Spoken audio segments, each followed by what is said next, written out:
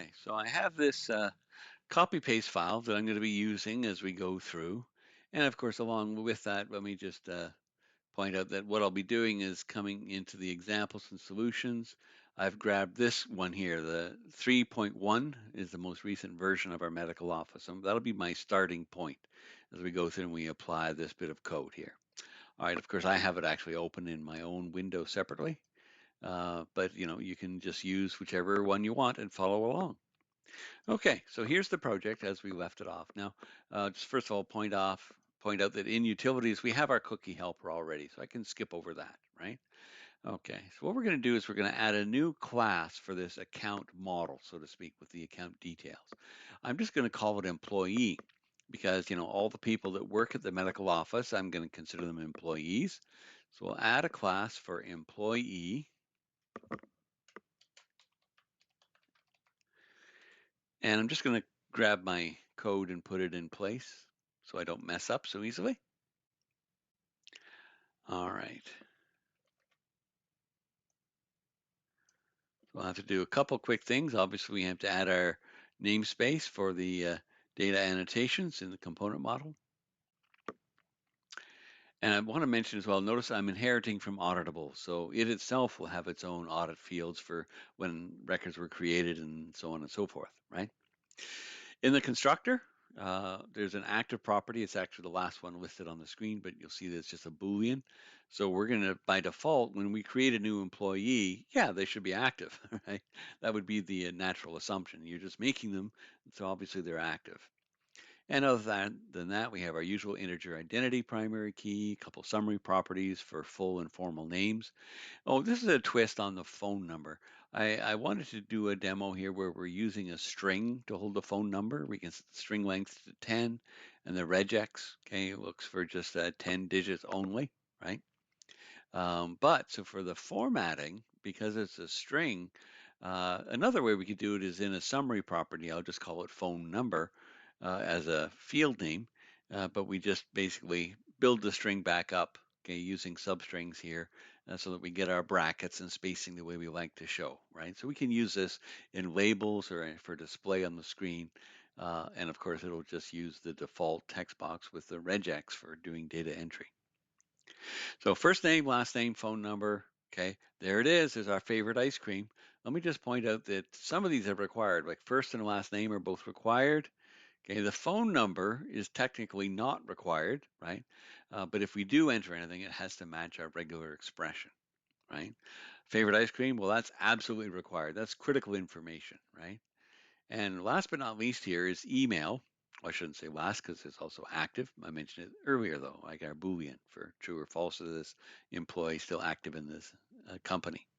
Okay, email, obviously it is required so that it can match. We can use it to reliably match this record here with the actual login, the identity user, right? And data type, email address, string length is our standard length for emails, same as in the identity system. So the next thing, that's good. We're all good there, but we do need to add that further restriction to be confident that we can relate this email address, right, back to the actual identity system in our context. Okay. Well, of course, we also need the actual DB set so we can work with it, right? So I'll just throw in the DB set first of all. And down here, okay, in our Fluent API, I'll just add that little bit of code needed to add that unique constraint. So that in the employee class, the email is unique, right? So now we have a high confidence that we can always relate this employee record to the actual login that the employee has used. Okay, now we need to do a migration and update the database. So we've done this a bunch of times before. I'm just going to close everything up here. I'm going to do a quick build. It's always good to just make sure everything is built properly. I haven't missed a curly brace somewhere in my copy and paste, so we're good. So we know how this works. I'll delete the entire migrations folder for medical office migrations. Bada bing, and there it's gone. You know what? I am going to take this opportunity, since I'm removing the database, I'm going to recreate them anyway. I'm going to follow that approach we started to do in the latter part of last term, and that is to store the databases not in a subfolder here, but right in the root. The advantage of that is it makes it easy when we publish to Azure, right? We don't have to worry about any special coding in order to make sure we get the right route there for an absolute path. So I'm just going to delete. Sorry, it's just easy if I press the delete key. Ah, I don't want to delete the name, I want to delete the folder. There we go. Okay, now before I run my migrations test, though, let me also come down here. To go along with that, I'm going to take out this path so that when I do recreate these databases, they will just be in the root of the actual project itself, okay, which is perfectly fine in terms of making it actually easier in Azure itself. Okay, so now I'm ready. So let's go ahead and open our common commands. This is the one that I'll use to actually get my migration back again. So I'll just use the package manager console and we'll add our migration again. I can use all the same names and so on because I've deleted it, right?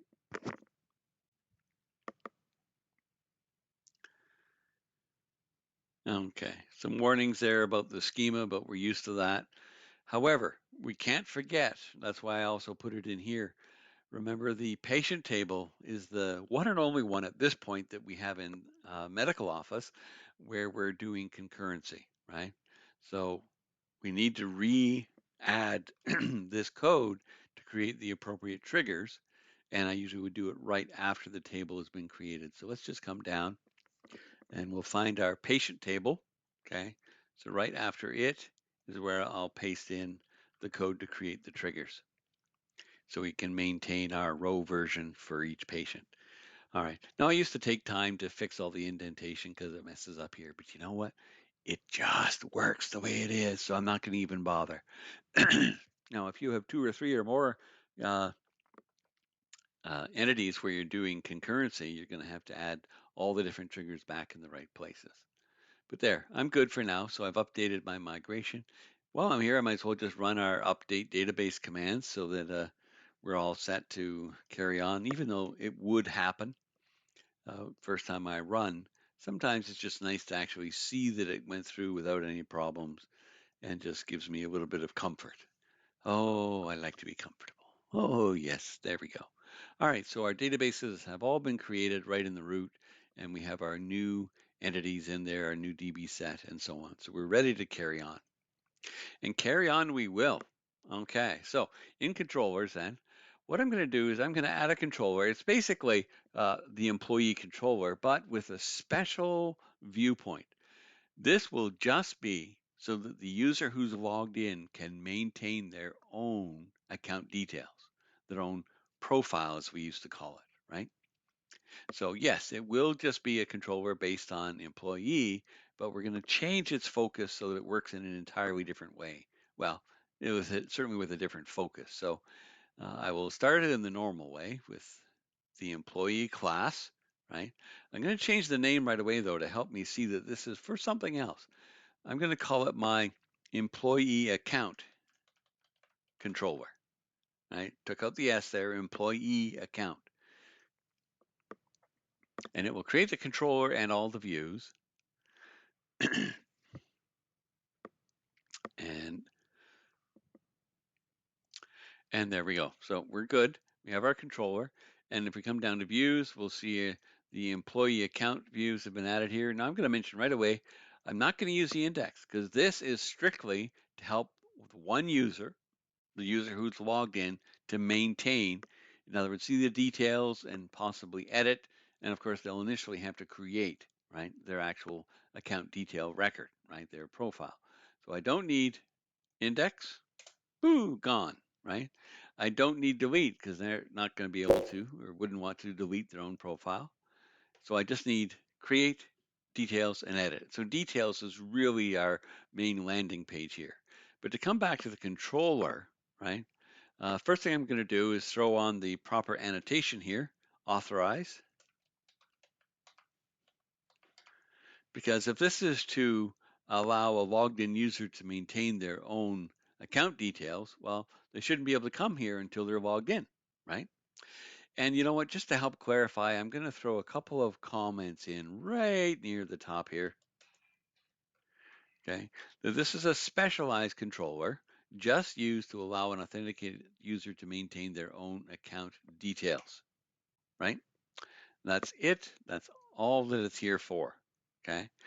Now, although I took out the index view, okay, I would never take out completely the index action because that is in our default mapping, that is the default action if somebody just comes to the controller.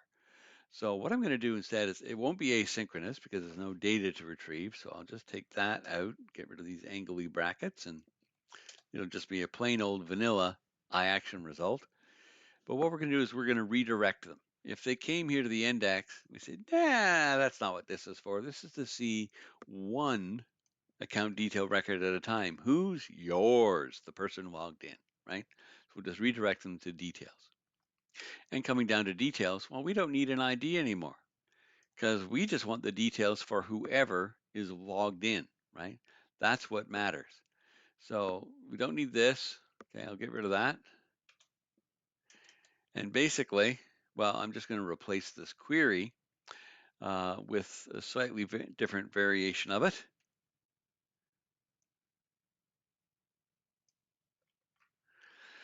Okay, we'll just go to our context employees where the email matches user identity.name. That's the email of the person who's currently logged in, right? So we get that record first or default, check that they're null. And if they are though, that's not what we don't want to return a not found. What we want to do then logically, and there will be users later on that probably should never happen, but just in case it ever did, let's redirect them to the create, right? Hey, you come to see the details. There is no such record yet. Yeah, they exist in the identity system, but you haven't created your employee record, your account details record yet. So we send you to the create for that very thing. Okay, so that's it. So let's come down to the um, create process itself then. Nothing much to do in the get. Okay, basically it just goes in, creates a new employee, right? The post though is going to be a little bit different, right? Maybe first of all I'll mention that, well, we don't need the ID. Oh, I want the quote there though. Right? We never do. We never need the primary key because it's generated by the system. I'm also going to take out active, right? That Boolean flag, because that's not something we're even going to show. And there's certainly no chance that we want the end user to change their own status in terms of being active or not, right? So that guarantees it's not in the whitelist. It won't be bound as we create the employee object. Now, I'll give you a hint. I am going to put a hidden input in the view that pulls user.identity.name so that we actually have the email address of the currently logged in user being passed in as one of these parameters. So it'll satisfy that. The reason why I'm going to do that is, remember, when the default model binder builds this employee object, at the end of the process, it also runs a validation check, right? So I don't want to have it come down here and say, oh, it's not valid, right, for any reason whatsoever. However, so that's why I actually make sure I supply the value, because the required value for email. Otherwise, the first check would definitely show that it's not valid.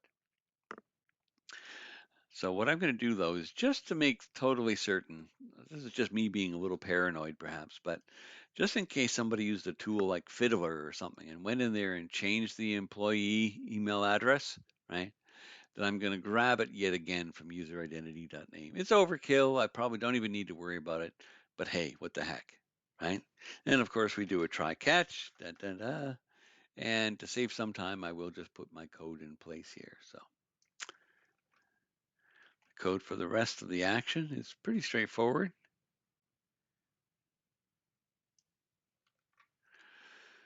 Right? So if the model's valid, okay, and we have the proper name we've put in place guaranteed, then we add the employee, save changes. Ooh, what's this? I'm going to call my own method here, update username cookie. Remember we mentioned that while we're doing all this work, why not store anything that we find we're going to reference often in a cookie so we don't have to go back to the database every time. It could be a session variable as well, by the way, if you prefer that route. But cookies, if as long as there's support, are nice because they don't put any extra work on the web server. All right, so we're going to pass the full name to this method. So I'm going to add that method. I'm going to come right down here to the bottom. By the way, while I'm going past, we aren't going to delete, remember? So there's no point leaving all this code for deleting in place. I'm going to take advantage and just get rid of it, okay? And here's where I'll probably put my new private method in order to just do the update of that cookie. Okay, update username cookie. We pass in a string I'm going to call username, even though, of course, we know it's the full name in this case. Oh, I have to add my using for utilities. And then we can just call cookie set. We'll name the cookie username, and we'll pass in the value that we passed in here as a parameter, right? I just picked a number for it to stay alive. Okay, you can use bigger, you can use smaller. It's entirely up to you. Okay, so we dealt with create and we took out delete, right? So the only thing we really have left to think about is edit, and how are we going to handle the edit process here in this special use controller? Okay, well, really the situation is, once again, we're not going to rely on an ID. We're going to just go and get the user, right, by whoever's logged in currently, okay? So I will just get rid of that if. We're just going to go if our employee is, again, we're the match of the email, gives us our one that we want. Once more, I might as well put in that same redirect. It's unlikely I would ever at this point get here because, hey, we've already gone through details and so on. But if it ever could happen, then I'll just redirect back to create if there was no such employee for some reason or another, right? So I would return our edit view with the employee in it, database issues and all. Okay, so the post, well, here, once again, we're going to do our usual. Okay, none of this. We'll use our try update model approach. It's far safer. So I don't need any of those parameters, right? At least not at this point. So we just come in. I am going to get the ID. Yeah, sure, I could just go back to user identity name again. But the truth is, at this stage, we've already brought this record up on the screen in edit mode. So we can rely that the ID is the actual proper ID of the actual user, right? So I can get rid of that. And really what we want to do then is switch to our try-catch approach. So maybe what I'll do is I'll replace the entire body here so that I don't mess it up. And we'll just quickly walk through the code that we're going to use. So let me just grab it from my copy paste. I think it will make sense to you without any difficulty whatsoever. Okay, so we're first going to go get our employee to update, okay? And we can just use this ID that was passed in. That's fine, because we know that that is the correct ID of the employee. Then we'll do our try update model. But I want to point this out. Notice our white list is essentially just first, last name, phone number, and favorite ice cream. There's no attempt to, and there never should be, to edit the primary key in this case because it's generated by the database.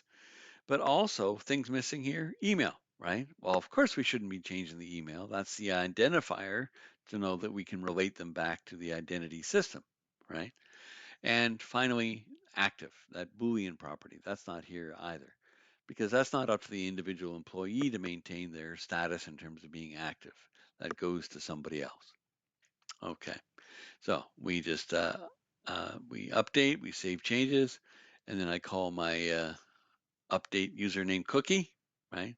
Passing the full name of the employee. So if it did change, if they changed something about their name, it will be updated in the cookie as well. And then afterwards, we go back to the details, right? Which is our main listing of all the information. Okay, so that should basically do it for the actual controller. Let's look at the views.